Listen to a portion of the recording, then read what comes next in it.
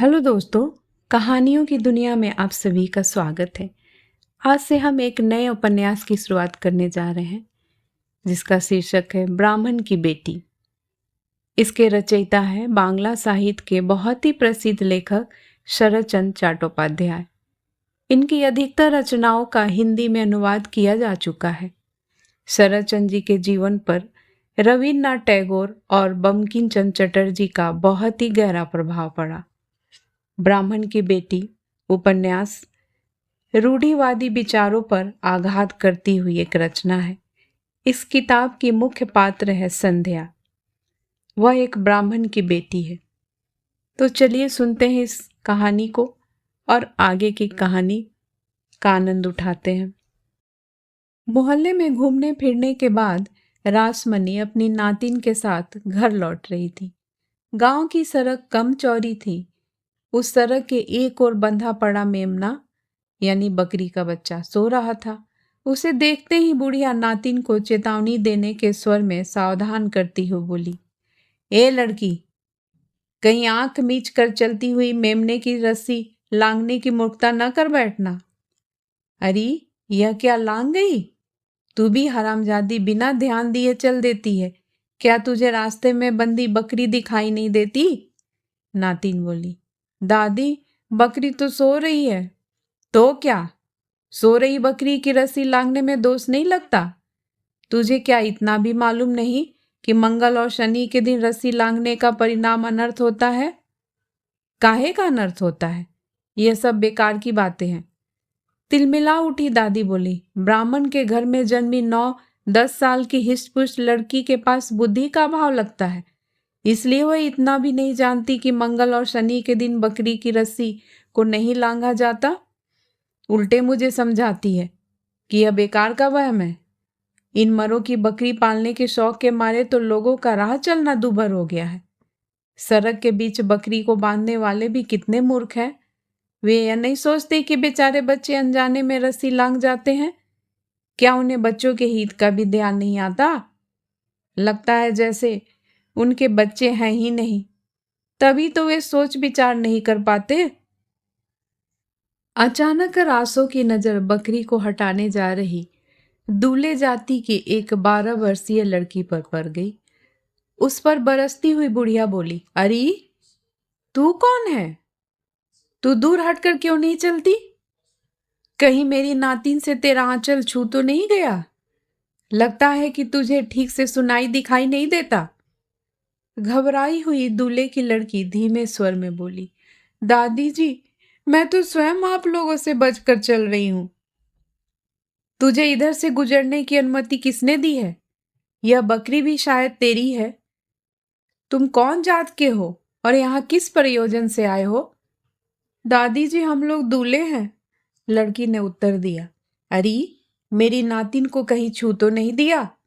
बेचारी को असमय में स्नान करना पड़ेगा। नातिन बोली, दादी इसने मुझे नहीं छुआ है। रासमणी उत्तेजित स्वर में नातिन को डांट कर बोली, क्या मैंने तुझसे कुछ पूछा है? मुझे इस लड़की का आंचल तुझसे छुआ लगा है। जा, घर में घुसने से पहले नदी में स्नान करके आ।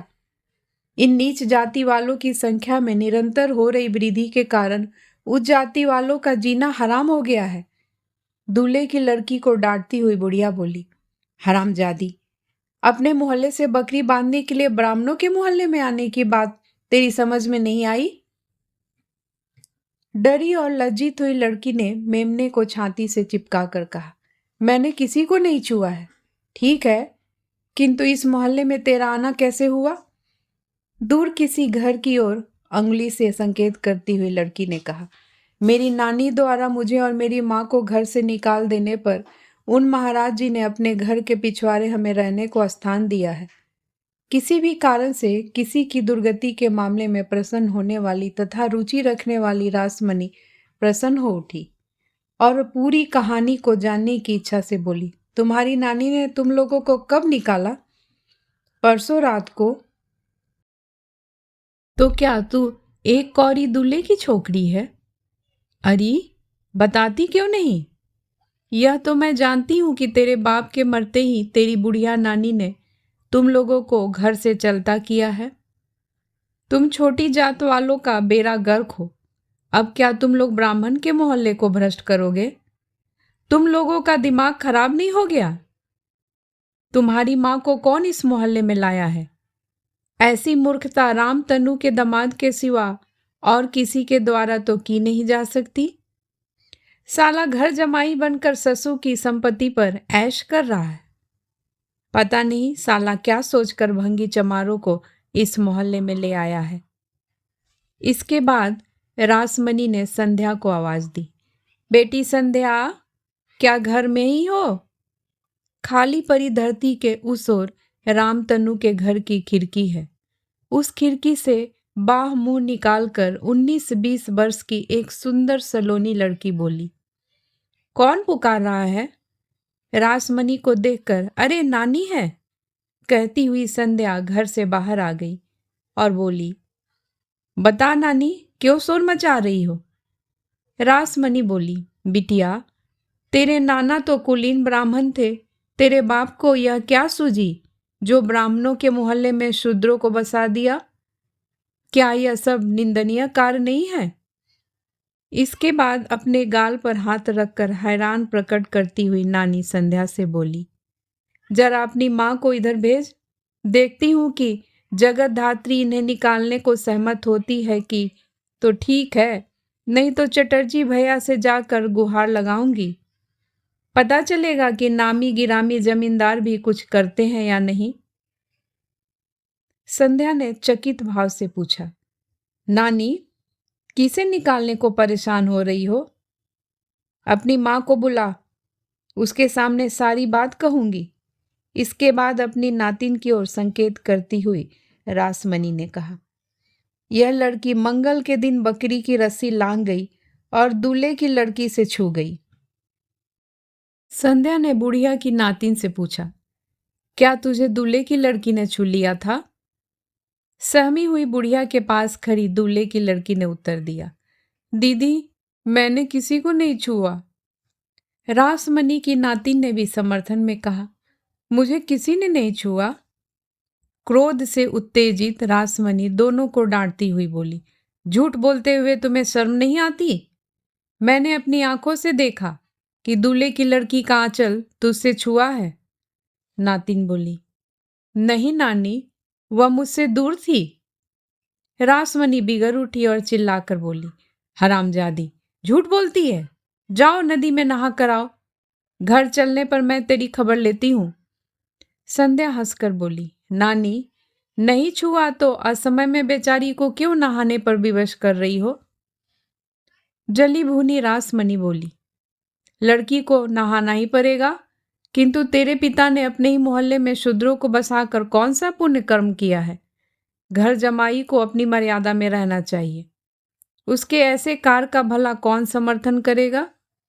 अपने पिता के विरुद्ध बुढ़िया द्वारा लगाए जा रहे आरोपों से क्षुब्ध होकर संध्या तीव्र स्वर में बोली, हम अपने घर में कुछ भी करें, हमें कौन रोक सकता है? मैं पूछती हूँ कि तुम्हें क्यों ईर्ष्या हो रही है? किसे क्या कष्ट हो रहा है यह देखना हो तो मुझे चटर्जी बाबू को सारी बात बतानी होगी।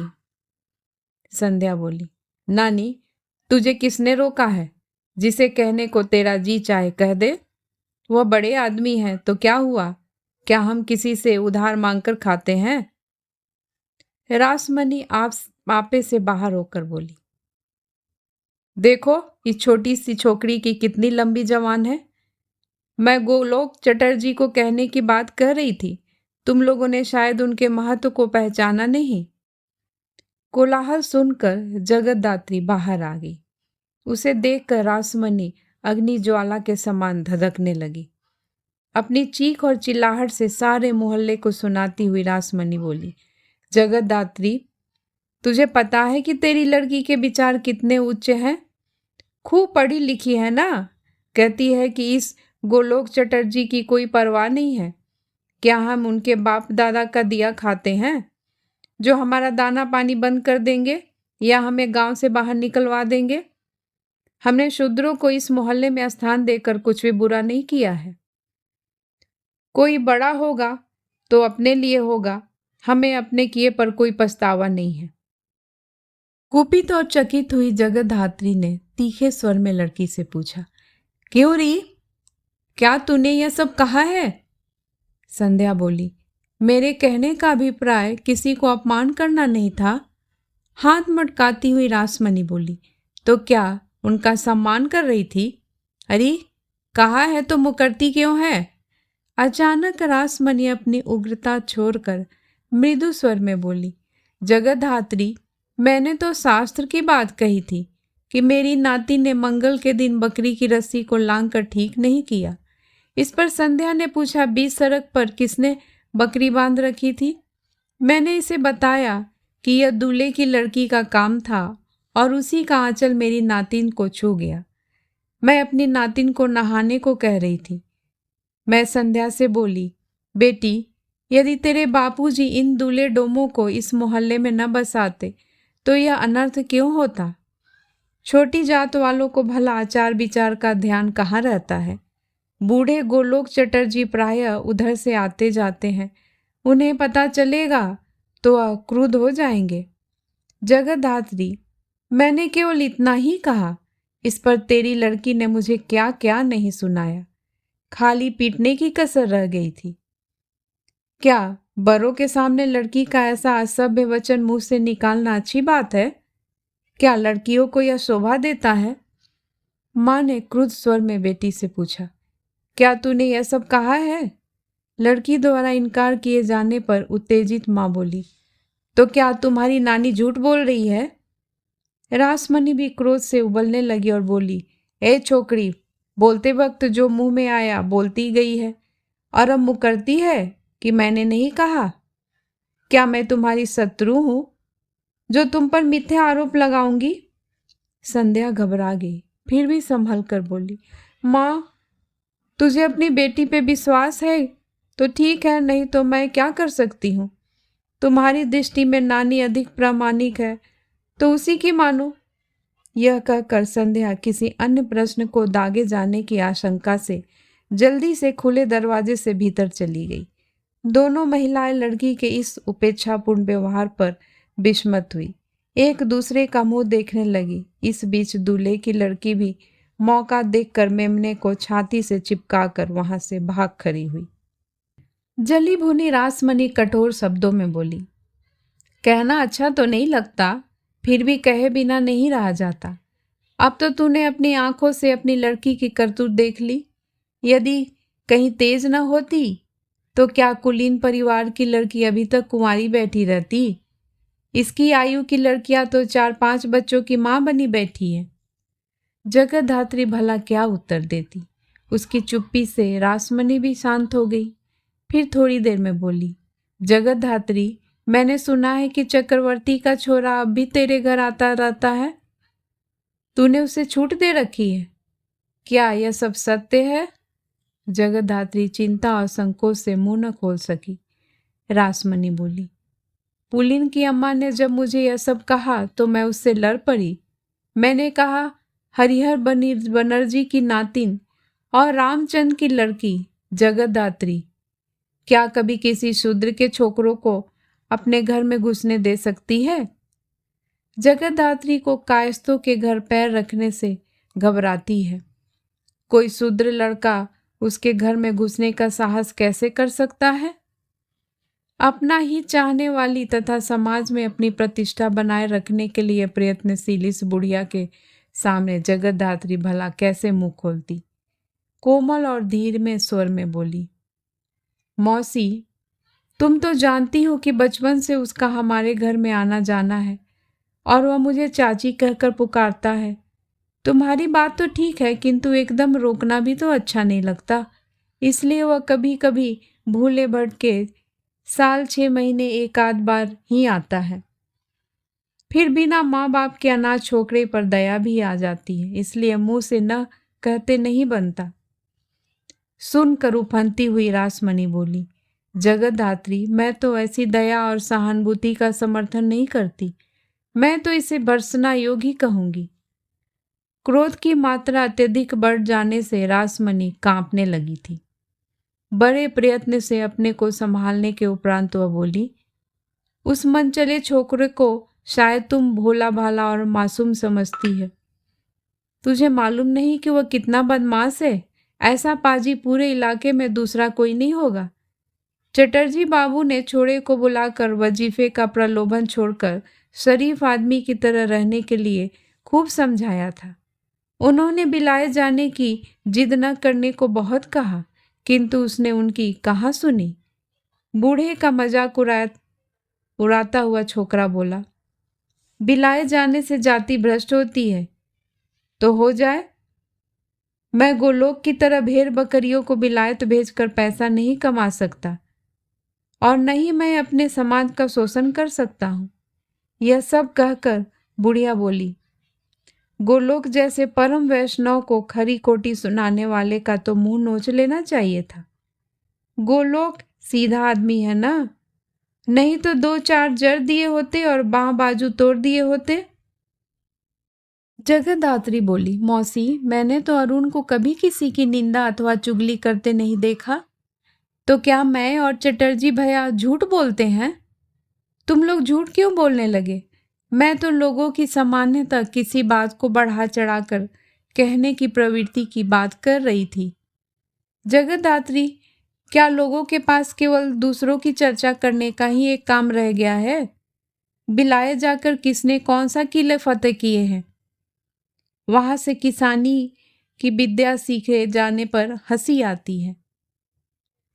क्या अपने देश में किसानी, नदी या खेती नहीं है जो इसे सीखने के लिए बिलाए जाना आवश्यक है? अब उससे पूछो कि क्या वह हल चलाएगा?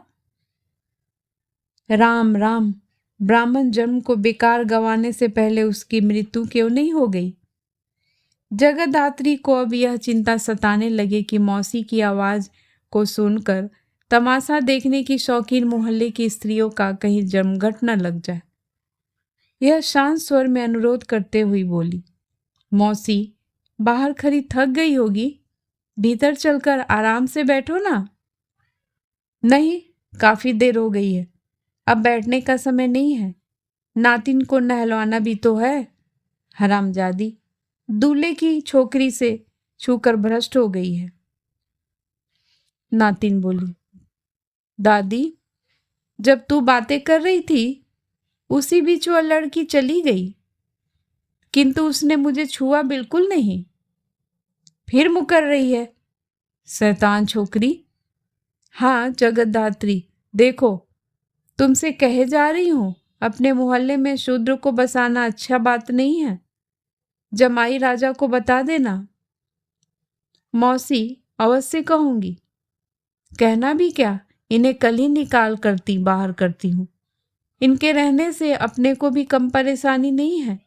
ये लोग रहेंगे तो ताल तालाब का पानी बिगाड़ेंगे, फिर शाम सवेरे इनका दिखाई देना भी तो शुभ नहीं। प्रसन्न होकर बुढ़िया बोली, बेटी, अपनी जाति और अपने धर्म को बचाने के लिए इनका अलग रहना ही अच्छा है। आजकल के लड़के लड़कियां इस बात को न समझे तो क्या किया जा सकता है। उस दिन गोलेक चटर्जी मुझे कहने लगे कि संध्या का बाप अपनी बेटी को पढ़ा लिखा रहा है। रासो, इन्हें समझा, लड़कियां पढ़ने निकलने लगी तो अनर्थ होते देर नहीं लगेगी। डर से कांपती हुई जगद्धात्री बोली, क्या सचमुच चटर्जी मामा यह कह रहे थे? अरे, गांव के मुखिया और समाज के प्रधान को तो यह सब कहना ही पड़ता है। अब मुझे ही देखो, मेरा काला अक्षर भैंस बराबर है, परंतु फिर भी किस शास्त्र की जानकारी मुझे नहीं है। है कोई माई का लाल जो यह कह सके कि रासमणि का एक भी कोई आचरण शास्त्र मर्यादा के विरुद्ध है?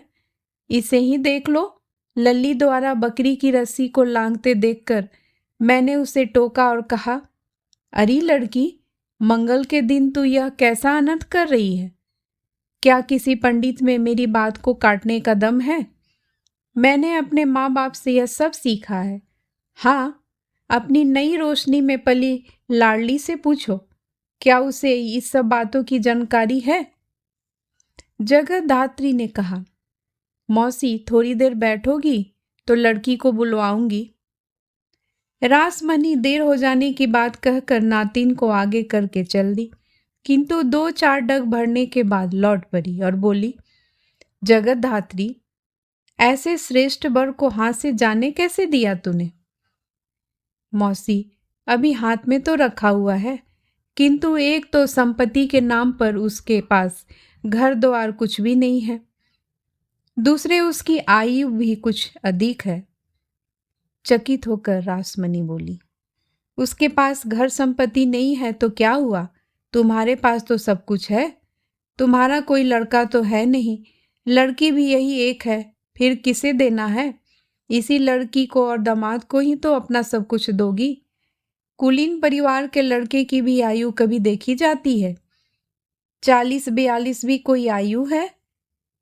तू जानती है ना कि वह रसी को मार के जय राम मुखर्जी का देवता है। देवता? जगत धात्री, लड़के की उम्र को देख रही हो, किंतु क्या अपनी लड़की की उम्र पर भी ध्यान दिया है? यदि अब भी नाज नखरे करती रहोगी तो क्या लड़की कुंवारी नहीं रह जाएगी? जगत धात्री बोली, मौसी, अकेले मेरे चाहने से क्या होता है? लड़की का बाप भी। पूरी बात सुनने का धीरज न दिखाती हुई रासमणी बीच में बोल उठी, लड़की का बाप क्यों नहीं मानेगा? जब उसका विवाह हुआ था तो उसके पास कौन सी संपत्ति थी? फिर तुम्हारे घर में अरुण का आना जाना, पूरा पूरा दिन डटे रहना, सुना है कि हुक्का पानी भी चलता है। जवान लड़की के घर में रहते ये लक्षण अच्छे नहीं। अच्छा, घर वर मिल जाने पर देर करना समझदारी नहीं। सोच कर देखो, तुम्हारी छोटी बुआ गुलाबी सारी उम्र कुंवारी ही रह गई ना। तेरे बाप की दोनों बड़ी और मझली कुंवारी रह गई। तेरे माँ बाप ही काशी जाकर न रहने लगते तो तुम्हारा विवाह कहाँ से होना था? काशीवास करती समधिन को ज्यों ही सही घर वर मिल गए, त्यों ही उसने तुम्हारे हाथ पीले कर दिए। बीच में कोई टांग ना आए यह सोचकर उसने किसी को कानो कान खबर नहीं होने दी। अब मानती है या नहीं? उसने अच्छा किया, नहीं तो कौन जाने विवाह होता या न होता। अब तू ज्यादा सोच विचार मत करना, जल्दी से लड़की को उसकी ससुराल पहुंचा दे। इसके बाद नातिन से बोली, चल बेटी चल, देर हो गई है। जगत धात्री, और अधिक कहने के लिए अब मेरे पास समय नहीं है, किंतु फिर भी तुम्हें सावधान करना अपना कर्तव्य समझती हूँ। देख, खींचतान से ज्यादा मेलजोल बढ़ाने, लड़की के साथ उसका हंसी मजाक करने देने का परिणाम सुखद नहीं होगा। गांव में बात फैल गई तो लड़का मिलना कठिन हो जाएगा। यह तो तुम भली प्रकार जानती हो कि लोगों को दूसरे के घर को होकर तमाशा देखना बहुत ही अच्छा लगता है। इस प्रकार बड़बड़ाती हुई रासमणी नातिन को आगे करके जा रही थी कि जगत धात्री ने उसे रुकने के लिए आवाज दी और बोली, ओ मौसी, मौसी, टोकरी भर बैगन लौकी आए हैं, 2-4 लेती जा। जरा रुक, मैं भीतर से लाती हूँ। जगत धात्री के भीतर जाने पर रासमणी बोल उठी, अच्छा, अभी से बैगन आने लगे? नातिन की ओर उन्मुख होकर रासमणी बोली, अरे खंबे की तरह स्थिर खड़ी है, भाग के जा और बैगन ले आ। अच्छा, तब तक मैं धीरे धीरे चलती हूँ, जल्दी से लौट के आ। धागे को दांत से काट कर संध्या बोली, माँ, अभी बापूजी तो आए नहीं। जानती हूँ, मुफ्त में लोगों का इलाज करने वाले तेरे बापू को समय को तथा अपने खाने पीने का ध्यान ही कहाँ रहता है। तुम्हारा साथ देने को मैं तो हूँ, तुम्हें बाबूजी की प्रतीक्षा में भूखा मरने की कोई आवश्यकता नहीं। बिना उत्तर दिए संध्या पूर्वतः काम करने लगी। चिंतित माँ ने पूछा, क्या सी रही है, कुछ पता तो चले। अनिच्छा से अस्पष्ट स्वर में संध्या बोली, कुछ नहीं, केवल 2 बटन टाक रही थी। पता है, पिता की चिंता करने वाली बेटी जो ठहरी, इसलिए मैं अपनी धोती की बात ही नहीं करती। पिता की किस कमीज का बटन टूट गया है, किस धोती का पल्लू फट गया है और किस कपड़े में दाग लग गया है, तथा कौन सा जूता गंदा हो गया है, इन सब की चिंता जितनी तू करती है वैसी तो शायद ही कोई दूसरी लड़की करती हो। किंतु मैं पूछती हूँ कि अपनी बाबूजी की देखभाल के अलावा तुझे और भी कुछ करने को है या नहीं? हंसती हुई संध्या बोली, माँ, बापू तो इन सब त्रुटियों की ओर ध्यान ही नहीं दे पाते। ध्यान तो तब दे जब उन्हें लोगों का मुफ्त इलाज करने से फुर्सत मिले। अच्छा, यह बता कि क्या दूल्हे की पत्नी और पुत्री चली गई हैं? माँ, क्या उन्हें यह मोहल्ला छोड़कर जाना नहीं था? किस समय गई? क्या लोगों को छूकर और उनकी जाति धर्म आदि बिगाड़ कर गई या नहीं? अरे, क्या तू उठेगी नहीं जो फिर से सीने पिरोने में जुट गई? माँ, तुम चलो, मैं अभी आती हूँ। इस बीमारी में भी तुम्हें जो ठीक लगे वही कर। बेटी, मैं तो तुम्हें और तुम्हारे बापूजी को कुछ कहना बेकार समझती हूँ। मैं तो इस घर से तंग आ चुकी हूँ और सास के पास काशी जाने को सोच रही हूँ। क्रोध से भरी जगतदात्री यह कहती हुई पीतल के कलश को उठाकर पीछे के तालाब से पानी भरने चल दी। सिर झुकाकर संध्या हल्का सा मुस्कुरा दी। माँ की बात का उसने उत्तर ही नहीं दिया। उसकी सिलाई समाप्त हो चुकी थी, अतः वह सुई धागा आदि समेट कर किसी डिब्बे में रख रही थी कि उसे पिता के आने का पता चला। घर में प्रवेश करते प्रियनाथ के एक हाथ में दवाइयों का बक्सा और दूसरे हाथ में होम्योपैथिक दवाइयों से संबंधित पुस्तकें हैं। घर में घुसते ही वह उच्च स्वर में बोले, बेटी, जरा दवा के बक्से को थामना। क्या करूं, क्या ना करूं, समझ में नहीं आता। मेरी तो जान ही मुसीबत में फंसी है। झटपट उठ खड़ी हुई संध्या ने पिता के हाथ से पुस्तकें लेकर एक ओर रख दी। बरामदे में पहले से बिछी चटाई पर अपने पिता को बिठा दिया और पंखे से हवा करने लगी। पिता के स्वस्थ हो जाने पर वह बोली, बाबूजी, आज इतनी देर क्यों लगा दी? देर? क्या कहती हो? मुझे तो नहाने धोने के लिए भी फुर्सत नहीं मिलती। जिस रोगी के पास नहीं जाता वही नाराज हो जाता है। असल में रोगी का विश्वास है कि प्रियनाथ की औषधि से ही उनका रोग निवृत्त हो सकता है। यह विश्वास भले ही सच्चा हो अथवा झूठा, किंतु है तो सही। फिर प्रियनाथ मुखर्जी तो एक है, 4-6 तो है नहीं जो सबके पास एक साथ जा सके। मैं अपने रोगियों से नंद मित्रा के पास जाने को कहता हूँ। भले ही वह निपुण न हो तो भी प्रैक्टिस करता है, किंतु सबका एक ही उत्तर होता है, मुखर्जी धनवंती को छोड़कर किसी दूसरे के पास भला कौन जाए। अब मैं उन्हें भला क्या कह सकता हूँ? मजे की बात यह है कि नुस्खे को भी कोई रोगी याद नहीं करता। प्रतिदिन मुझे सभी रोगियों के लिए बार बार सिर खपाना पड़ता है। नुस्खे को याद रखना भी तो आसान नहीं होता, अन्यथा सभी लोग डॉक्टर न बन जाते। संध्या बोली, बाबूजी, सब ठीक है, अब कोट कमीज उतार कर सहज हो जाइए। उतारता हूँ बेटी, पहले आज की बात तो सुना। पट्टे ने बिना सोचे समझे रोगी को पल्स टीला दे डाला। प्रैक्टिस करने पर भी पट्टे ने इस दवाई के प्रभाव के बारे में विचार नहीं किया। रोगी को मुझे संभालना पड़ा। अब पुस्तक देखकर तो इलाज नहीं किया जाता, कुछ कंठस्थ भी किया जाता है, कुछ बुद्धि और कुछ अनुभव से भी काम लिया जाता है। संध्या बेटी, जरा पुस्तक खोल, मैं तुझे पल्स टीला के संबंध में लिखा पढ़कर सुनाता हूँ। बाबूजी, आपको सब कंठस्थ है, पुस्तक खोलकर देखने की क्या आवश्यकता है? आपके खा पी लेने के बाद ही मैं आपसे बात करूंगी। कंठस्थ होने की तो बात ठीक है, फिर भी पुस्तक दिखा तो सही। नहीं, बहुत देर हो गई है, पहले तेल मालिश करा लो, नहीं तो माँ आकर बिगड़ेगी। कहकर संध्या ने उचक कर देखा कि माँ नहाकर तो नहीं आ रही। इसके बाद पिता के मना करने पर भी वह प्याली में तेल लेकर उनके पैरों में मालिश करने लगी। अपनी धुन में खोए मुखर्जी बोले, बेटी, जरा रुक तो जाती तो पुस्तक देख लेता। वह बूढ़ा, संध्या देख लेना, वह हरगिज नहीं बचेगा और फिर मैं हरामजादे को जेल भिजवा कर रहूंगा। उस साले का काम ही मेरे रोगियों को बहकाना है।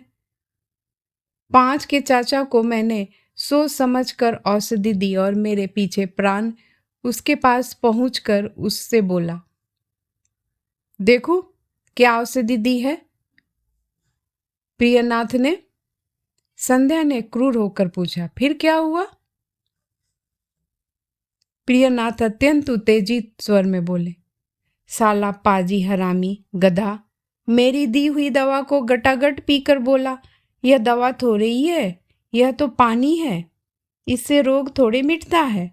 अब मैं तुम्हें दवा देता हूँ, प्रियनाथ पीकर दिखाए। असल में उसने रोगी को कैस्टर्ड ऑयल दे दिया था। रोगी ने मुझे ललकार कर, आप प्राण की दवा पीकर तो दिखाओ। घबराई हुई संध्या ने पूछा, कहीं आपने दवा पी तो नहीं ली?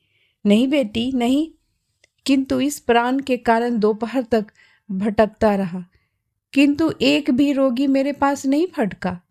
मैं इस साले पर अवश्य मुकदमा ठोकूंगा। क्रोध और दुख के कारण संध्या की आंखें गीली हो गई। वह अपने भोले भाले पिता को इस संसार के आघातों, उत्पातों और उपद्रव से बचाना चाहती थी। अतः वह कोमल, मधुर और शांत स्वर में बोली, बाबूजी, यदि रोगी आपकी दवा नहीं लेना चाहते तो आपको इस गर्मी में गली गली भटकते फिरने की क्या आवश्यकता है? क्या आपको मालूम नहीं कि आपके घर पर न होने के कारण घर से कितने रोगी निराश लौट जाते हैं?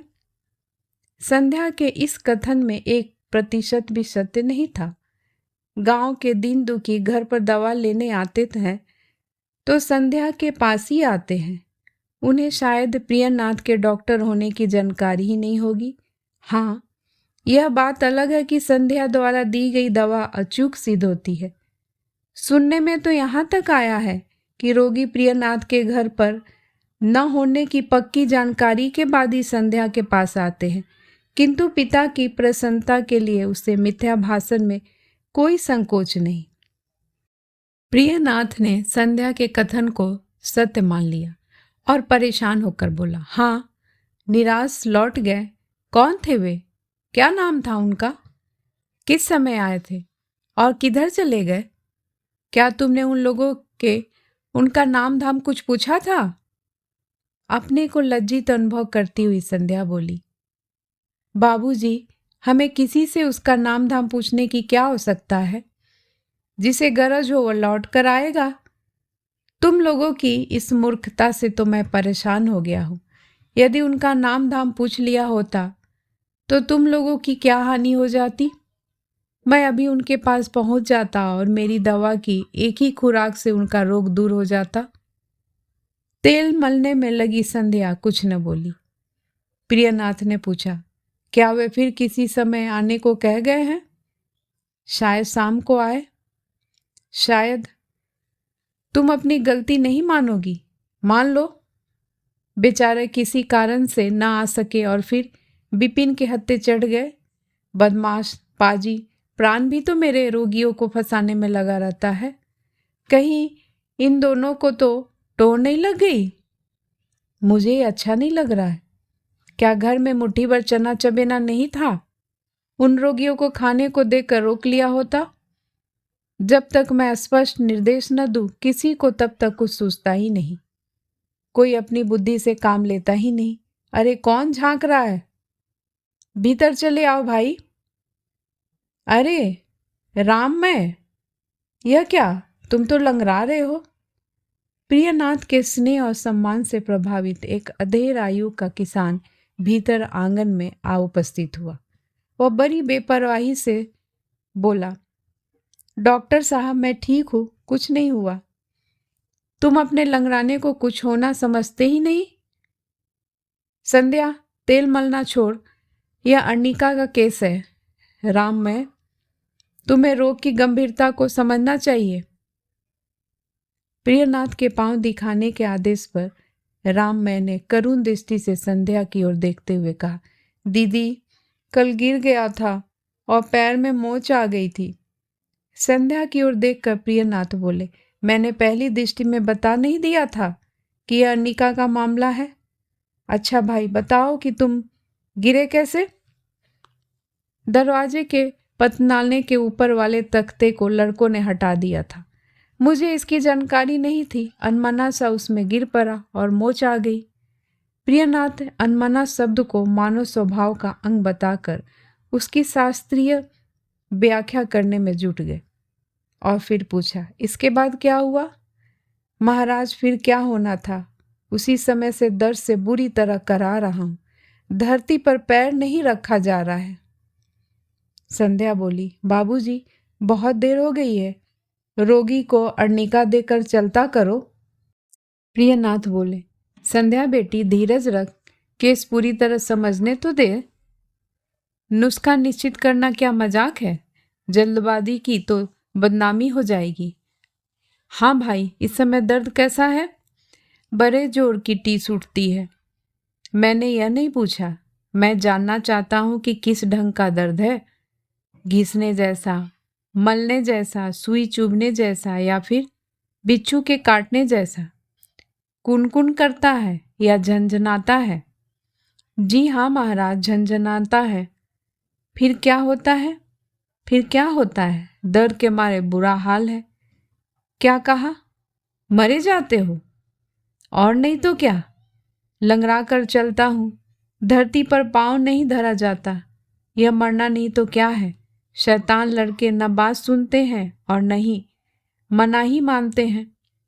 उस तख्ते से खेलते हैं। किसी और दिन फिर से गिर गया तो उठ नहीं पाऊंगा। अब बहुत पूछताछ हो गई। मुझे काफी काम है, दवा दीजिए ताकि मैं चलूं। संध्या बोली, बाबूजी, 2 बूंद अर्निका दे दो। हंसकर प्रियनाथ ने कहा, नहीं बेटी, यह अर्निका का केस नहीं है। बिपिन शायद यही दवा देता। यह तो एकोनाइट का केस है। इसे 4 बूंद एकोनाइट दे दो। आश्चर्य से दोनों आंखें फाड़कर संध्या बोली, एकोनाइट? हाँ बेटी, इसे मरने का डर है, अतः मुझे यही दवा ठीक लगती है। महात्मा हेरिंग कहते हैं कि रोगी का इलाज करना चाहिए। मृत्यु भय को मिटाने की दवा एकोनाइट है। बिपिन हरामजादा इस अंतर और गहराई को क्या समझेगा? फिर भी हरामजादा अपने को कविराज समझता मानता है। राम, मैं शीशी लेकर संध्या के साथ जाओ। इस दवा को 2-2 घंटे के बाद केवल 4 बार लेना। यदि प्राण दवा दिखाने को कहे तो उसके हाथ में शीशी बिल्कुल न देना। यह बदमाश दवा पी जाएगा और खाली बोतल में दवा के नाम अरंडी का तेल भर कर दे देगा। राममय को दवा देने के लिए खड़ी हुई संध्या पिता के मुंह से पेट में मरोड़ उठने की शिकायत सुनकर बोली, लगता है कि आपने सारा कैस्टर्ड ऑयल पी लिया है। नहीं बेटी नहीं, पहले लोटा तो पकड़ा। संध्या ने दृढ़ स्वर में पूछा, बाबूजी, आप सच सच क्यों नहीं बताते? अरे छोड़ इस बहस को, पहले लोटा पकड़ा। लोटा उठाकर वह घर के पिछले दरवाजे से बाहर निकल गए। राम, मैंने संध्या से दवा देने का अनुरोध किया। वह बोली, जीजी, अपने पिताजी वाली दवा रहने दो, अभी अर्निका की 2 बूंद ही दे दो। संध्या बोली, तुम क्या समझते हो कि मैं पिताजी से कुछ अधिक जानती हूँ? लज्जित होकर राम मैं बोला, मैं यह नहीं कहता, किंतु मुखर्जी बाबू की दवा तेज होती है। घर में बेटे को कल से दस्त लगे हैं। बाबूजी की दवा के लिए मैं जाते ही उसे भेज दूंगा। दुखी स्वर में अच्छा कहकर संध्या राममय को बगल वाले कमरे में ले गई। ठाकुर द्वार के लिए तालाब से मटका भरकर लौटी जगतधात्री ने मटके को रखकर क्रूर स्वर में आवाज दी, संध्या, अरे ओ संध्या। कमरे से संध्या ने उत्तर दिया, आती हूँ माँ। जगतधात्री बोली, अरे तेरे बापूजी अभी तक लौटे हैं या नहीं? नहीं लौटे तो क्या आज भी ठाकुर जी की पूजा बंद रहेगी? बाहर आकर संध्या बोली, बाबूजी तो काफी देर से आ गए हैं, तो फिर तालाब पर क्यों नहीं दिखे? संध्या अपने पिता के स्वभाव को जानती थी। वह दौड़कर किधर चले गए हैं, किंतु सोचकर बोली, हो सकता है कि वह आज नहाने के लिए नदी पर चले गए हो। काफी देर हो गई है, अब तो लौटने वाले ही होंगे। जगतधात्री को विश्वास नहीं आया। वो और भी अधिक उत्तेजित हो उठी और क्रूर स्वर में बोली, तुम्हारे पिताजी से तो मैं बेहद परेशान हो चुकी हूँ। मेरी सहन शक्ति जा चुकी है। अब उन्हें कहो या तो वह कहीं चले जाए या तो मैं ही कहीं चली जाती हूँ। कितनी बार कहा था कि पुजारी जी आज नहीं आएंगे, अतः जल्दी से आ जाइए, किंतु इनके कान पर जू तक नहीं रेंगती। बेटी सोच, अभी तक ठाकुर जी का स्नान नहीं हुआ। जानती है इन्होंने कल क्या किया? विराट नाई का सारा ब्याज माफ कर दिया और मूल के चुकाता होने की रसीद लिख दी। घबराई हुई संध्या ने पूछा, माँ तुम्हें कैसे पता चला? जगतधात्री बोली, भौजाई के साथ तालाब पर नहाने गई विराट की बहन ने बताया। हंसकर संध्या बोली, माँ सुना है कि भाई बहन में झगड़ा चल रहा है। तुम्हें भड़काने के लिए लड़की ने झूठ बोल दिया होगा। रुष्ट हुई जगतधात्री बोली, संध्या तू सभी मामलों में अपने पिता का बचाव क्यों करती है? सारी बात सुन। घर में किसी के बीमार होने की झूठी बात बोलकर विराट नाई तेरे पिता को बुला ले आया। इन्हें धनवंतरी कहकर उनकी खूब आवभगत की। जमींदार और दानवीर कर्ण कलयुग का बलि कहकर उन्हें फुला फुला कर कुप्पा बना दिया। उसके मुंह से अपनी प्रशंसा सुनकर यह लोटपोट होते जा रहे थे। बस उसने मौका देखकर विनती की और फिर क्या था, जोश में आकर इन्होंने उसका मनचाहा कर दिया। पति के ऐसे पागलपन को देखकर गले में गागर बांधकर नदी में डूब मरने का मन करता है। आजकल तो इनकी बेपरवाही की हद हो गई है। अब बेटी तू ही बता कि इस स्थिति में किस प्रकार घर गृहस्थी चला सकती हूँ। कहानी सुनने के लिए बहुत बहुत धन्यवाद। शेष कहानी अगले भाग में।